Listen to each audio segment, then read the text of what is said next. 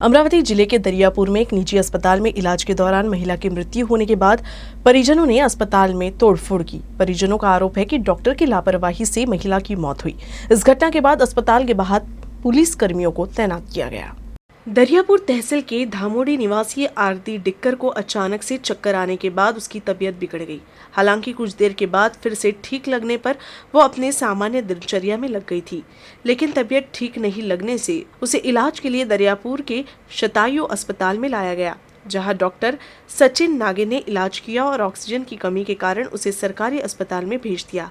लेकिन सरकारी हॉस्पिटल में ले जाने के दौरान ही आरती की मृत्यु हो गई। अचानक से आरती की मृत्यु होने के बाद उसके परिजन का गुस्सा फूट पड़ा। लोगों ने गलत इलाज और नींद का इंजेक्शन देने के कारण मृत्यु होने का आरोप लगाते हुए हॉस्पिटल में जमकर हंगामा किया और तोड़फोड़ की। डॉक्टर सचिन नागे पर मामला दर्ज कराने की मांग पर ग्रामीण अड़े रहे। हंगामे और तोड़फोड़ की खबर मिलने पर दरियापुर पुलिस पहुंची और किसी तरह से लोगों को शांत कराया। हॉस्पिटल के बाहर सुरक्षा बंदोबस्त बढ़ा दिया गया है। पेशेंट का पहले बाहर पेशेंट भाई पेशेंट पेशेंट पेशेंट का बाहर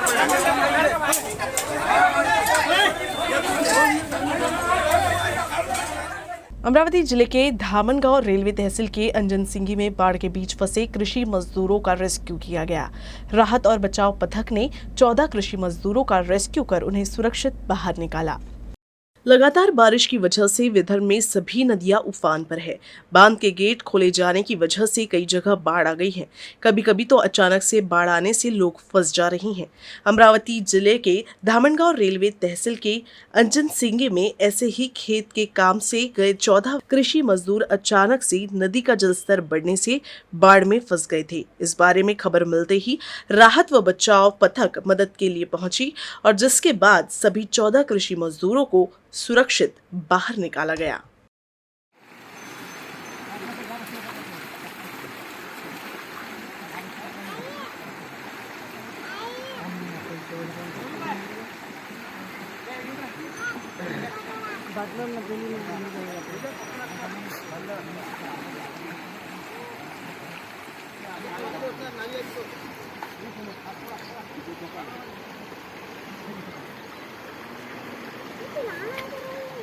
अमरावती जिले के धारिणी पंचायत समिति अंतर्गत सभी ग्राम पंचायत के ग्राम सेवकों को गट विकास अधिकारी महेश पाटिल ने स्वच्छ और शुद्ध पेयजल की आपूर्ति करने का निर्देश दिया है। अधिकांश ग्राम पंचायत के ग्राम सेवक मुख्यालय में नहीं रहते, इसीलिए गांव में गंदगी और कई अन्य समस्याएं हैं। इसीलिए भविष्यवाणी की जा रही है कि किसी भी समय पांचडोंगरी गांव जैसी समस्या का सामना करना पड़ सकता है। सावलीखेड़ा ग्राम पंचायत अंतर्गत एकीकृत आदिवासी विकास परियोजना कार्यालय द्वारा संचालित शासकीय आश्रम विद्यालय का पिछले कई वर्षों से क्रियान्वित है, लेकिन गंभीर बात यह है कि संबंधित ग्राम पंचायत की ढिलाई के कारण पिछले कुछ वर्षों से सरकारी आश्रम स्कूल के आसपास गंदगी का साम्राज्य फैला हुआ है। संबंधित ग्राम पंचायत को इस संबंध में जानकारी दी गई, लेकिन ग्राम पंचायत ने अभी तक पत्र पर कोई ध्यान नहीं दिया। सावलीखेड़ा आश्रम स्कूल में सैकड़ों छात्र पढ़ रहे हैं और कुछ छात्र भी रह रहे हैं। क्षेत्र के ग्रामीणों ने भविष्यवाणी की है कि ये छात्र किसी भी समय एक गंभीर बीमारी से संक्रमित हो सकते हैं। इसीलिए इन सब समस्याओं को गंभीरता से लेते हुए गट विकास अधिकारी महेश पाटिल ने सभी ग्राम सेवकों को स्वच्छ और शुद्ध पेयजल की आपूर्ति करने के निर्देश दिए हैं। अमरावती जिले के नांदगांव खंडेश्वर तहसील के पंचायत समिति के 8 निर्वाचन क्षेत्रों के चुनाव के लिए तहसील कार्यालय के सभागृह में हुई बैठक में आरक्षण ड्रॉ निकाला गया। धानोरा फसी पंचायत समितिगण सामान्य, जुरोना पंचायत समितिगण सामान्य, फुबगांव पंचायत समितिगण सामान्य महिला, धानोरा गुरव पंचायत समितिगण पिछड़ा वर्ग नागरिक महिला, मंगलूर चावला पंचायत समितिगण सामान्य महिला, वाडोना रामनाथ पंचायत समितिगण अनुसूचित जाति और सालोड पंचायत समिति के लिए पिछड़ा वर्ग ड्रॉ निकाला गया। आरक्षण ड्रॉ के दौरान निरीक्षण अधिकारी के रूप में चांदुर रेलवे के उपविभागीय अधिकारी इब्राहिम चौधरी, नांदगांव खंडेश्वर के तहसीलदार पुरुषोत्तम भुसारी, नायब तहसीलदार BN राठौड़, कर्मचारी मंगेश गावनेर और नांदगांव खंडेश्वर में अलग अलग राजनीतिक पार्टी के पदाधिकारी उपस्थित थे। अमरावती जिले के चांदुर रेलवे पुलिस और केरल के दिव्य करुणा ट्रस्ट के संयुक्त प्रयासों से 32 साल बाद एक दंपति का मिलन हुआ है। करीब 32 साल पहले पुंडलिक काले मानसिक बीमारी की वजह से घर छोड़कर चले गए थे, लेकिन पुलिस और NGO की मदद से वापस अपने घर लौट आए हैं। चांदुर रेलवे तहसील के नेकनापुर में पुंडलिक काले रहते थे। करीब 32 साल पहले दिमागी बीमारी की वजह से वो बिना किसी को बताए घर से निकल गए थे। उस समय परिजनों व पुलिस ने उनकी काफी तलाश की, लेकिन नहीं मिलने पर परिवार ने उम्मीद छोड़ दी थी। हालांकि पुंडलिक भटकते हुए अमरावती से सीधे केरल राज्य पहुंचे। वहां एक भिखारी की तरह रहते थे। करीब 18 साल पहले केरल के कर्नाकुलम में दिव्य करुणा ट्रस्ट के स्वयंसेवकों की नजर उन पर पड़ी और पुंडलिक को आश्रम ले गए और 18 साल तक उनका इलाज किया। पिछले महीने में उन्हें पिछली घटनाएं याद आया। उन्होंने वहां के स्वयंसेवकों को अपना नाम और पता बताया। उसके बाद ट्रस्ट ने पुंडलिक के परिवार के सदस्यों का पता लगाने के लिए चांदुर रेलवे पुलिस से संपर्क किया, जिसके बाद पुंडलिक के परिवार को इसकी जानकारी दी गई। पुंडलिक सही सलामत है और फिर उन्हें वापस लाने का प्रयास शुरू हुआ। आखिरकार 32 साल के बाद वो वापस अपने गांव लौट आए हैं। एक फिल्मी कहानी की तरह ही काले दंपति की भी कहानी है। 32 साल बाद पति को देखकर उनकी पत्नी को विश्वास नहीं हुआ। उन्होंने अपने पति को टीका लगाकर उनका स्वागत किया। ये देख वहां मौजूद सभी लोगों की आंखें भर आई। 32 साल बाद पति पत्नी की इस मुलाकात से गांव के हर ग्रामीण खुश है। जिले के अचलगांव परतवाड़ा शहर में पानी की आपूर्ति करने वाली पाइपलाइन बह गई। इससे शहर में पानी के लिए अफरा तफरी मच गई है, तो शहर के युवाओं ने घर घर पानी बांटना शुरू कर दिया है। युवाओं के इस काम की हर तरफ तारीफ हो रही है। एक सप्ताह पूर्व अचलपुर परतवाड़ा की मुख्य पाइपलाइन बह गई, जिससे जलापूर्ति प्रभावित हुई थी। यहाँ बड़ी संख्या में मजदूर रहते हैं। वर्तमान में कृषि कार्य चल रही हैं, लेकिन कई लोगों को पानी के लिए अपनी मजदूरी गंवानी पड़ी है। युवाओं ने शहर के विभिन्न सामाजिक संगठनों के माध्यम से घर घर पानी बांटने की पहल की है, जिससे आम नागरिकों को राहत मिली है। पाणी पुरवठा पाईपलाईन आठवडाभरापूर्वी फुटल्यामुळं लोकांना जो पाण्यासाठी दारोदार भटका लागत आहे, नागरिकांना जो त्रास होत आहे पाण्याचा, यासाठी नगर परिषद नियोजन शून्यपणामुळं पाण्याची टंचाई जे लोकांना शून्यपणामुळं जे लोकांना त्रास होत आहे, यासाठी आम्ही दारोदार लोकांना घरोघर पाणी पुरवठा सेवा करत आहे। यासाठी अभयजी मातने भारतीय जनता पार्टीचे अध्यक्ष यांच्या नेतृत्वाखाली आम्ही काम करत आहे व आमची टीम काम करत आहे। यासाठी विक्की भाऊ सोनपोर्ते, विवेक सोनपोर्ते नगरसेवक यांची मिसेस सौ दुर्गान विवेक सोनपोर्ते हे आम्हाला 8 दिवसापासून हेल्प करत आहे।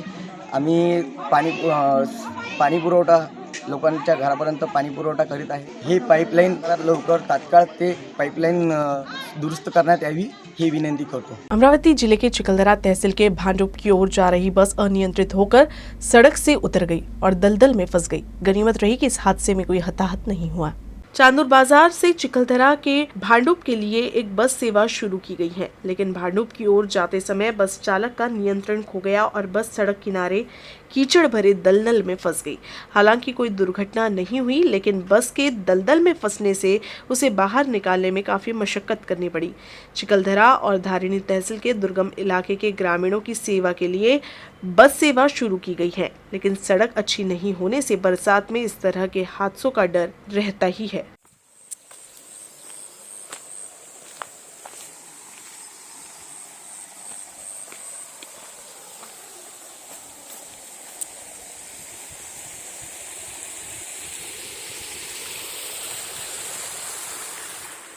पिछले 2 सप्ताह से लगातार हो रही बारिश की वजह से सब्जी की फसल को नुकसान पहुंचा है। नतीजतन बाजार में सब्जियों की आवक कम होने से इसका असर सब्जियों की कीमतों पर पड़ा है।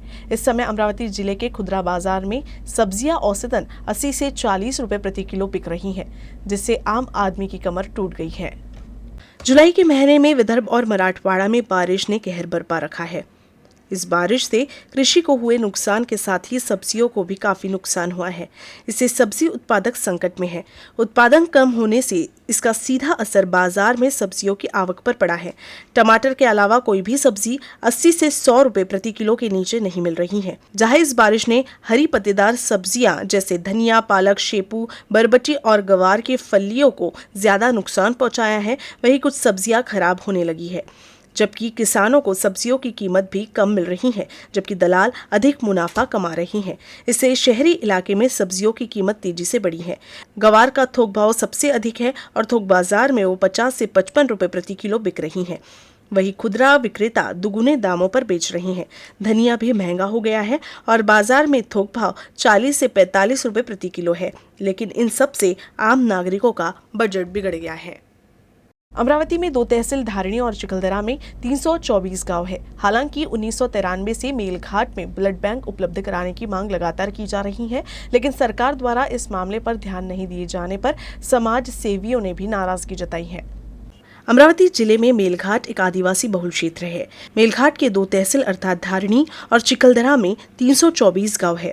मेलघाट में 1993 से मेलघाट में ब्लड बैंक उपलब्ध कराने की मांग की जा रही है। इस ब्लड बैंक का प्रस्ताव मुंबई के स्वास्थ्य निदेशक के कार्यालय में पड़ा हुआ है। मेलघाट में कोई ब्लड बैंक नहीं है, जबकि जरूरत के समय पर 150 से 200 किलोमीटर दूर अमरावती तक लोगों को जाना पड़ता है। मेलघाट में महिलाओं की सिजेरियन डिलीवरी या सिकल सेल के मरीजों को ज्यादा मात्रा में खून की जरूरत होती है, लेकिन इसके लिए नागरिकों को काफी भटकना पड़ता है। कई बार समय पर ब्लड नहीं मिलने से मरीज की मौत हो जाती है। खोज संस्था और सामाजिक कार्यकर्ता बढ़िया सानी द्वारा बंबई उच्च न्यायालय की नागपुर बेंच में मेलघाट में ब्लड बैंक स्थापित करने के लिए एक याचिका भी दायर की गई। येथील ज्या आदिवासी महिला आहे प्रसूतीच्या वेळेस त्यांना भरपूर त्रास होतो। मोठ्या प्रमाणात मेळघाटमध्ये सीझर होतं आणि अशा वेळेस सीझरमुळे आईला पण धोका असतो आणि बालकांना पण धोका असतो आणि असं दिसून आलं की साधारणतः 6 ते 6,500 प्रत्येक वर्षाला प्रसूती मेळघाटमध्ये होतात आणि अमरावती ते धारणी हे साधारण 150 किलोमीटरचं अंतर आहे आणि धारणी ते अमरावतीमध्ये रक्त घेण्यासाठी महिलांना ANC महिलांना PNC महिलांना अमरावतीला रेफर करावं लागतं। अचलपूरमध्ये सुद्धा त्यांची गरज भागत नाही। तर धारणीमध्ये जे आहे धारणीपासून अमरावतीचं मोठं अंतर आहे आणि धारणीच्या पलीकडे मध्य प्रदेश लागतं, तिथे सुद्धा अनेकदा रक्त मिळत नाही आणि अनेकदा फक्त रक्त मिळवण्यासाठी अमरावती यावं लागतं। म्हणून तिथे ब्लड बँकेची गरज आहे। ही जुनी मागणी आहे, ही 1993 पासूनची मागणी आहे। या संदर्भात अनेकदा न्यायालयात सुद्धा याची मागणी करण्यात आली आहे। विविध अधिकारी म्हणजे की आतापर्यंत 1993 ते आतापर्यंत प्रत्येक मुख्यमंत्री, प्रत्येक राज्यपाल, फक्त आत्ताचे मुख्यमंत्री सोडून आणि उद्धव ठाकरे साहेब सोडून त्याच्या अगोदरचे जेवढे मुख्यमंत्री होते आणि जेवढे आदिवासी मंत्री असतील, आरोग्यमंत्री असतील, राज्यपाल असतील, या सगळ्यांनी दौरे केलेले आहेत आणि त्यांना मेळघाटच्या संदर्भात इत्थंभूत माहिती आहे आणि सदर प्रकरण उच्च न्यायालय नागपूर आणि त्याच्यानंतर मुंबई उच्च न्यायालयात हे प्रकरण आहे। तिथे सुद्धा ही मागणी विविध याचिकाच्या मार्फत करण्यात आलेली आहे आणि खरंच नितांत गरज आहे ब्लड बँकेची आणि आता ते मुंबईच्या स्तरावर ते ब्लड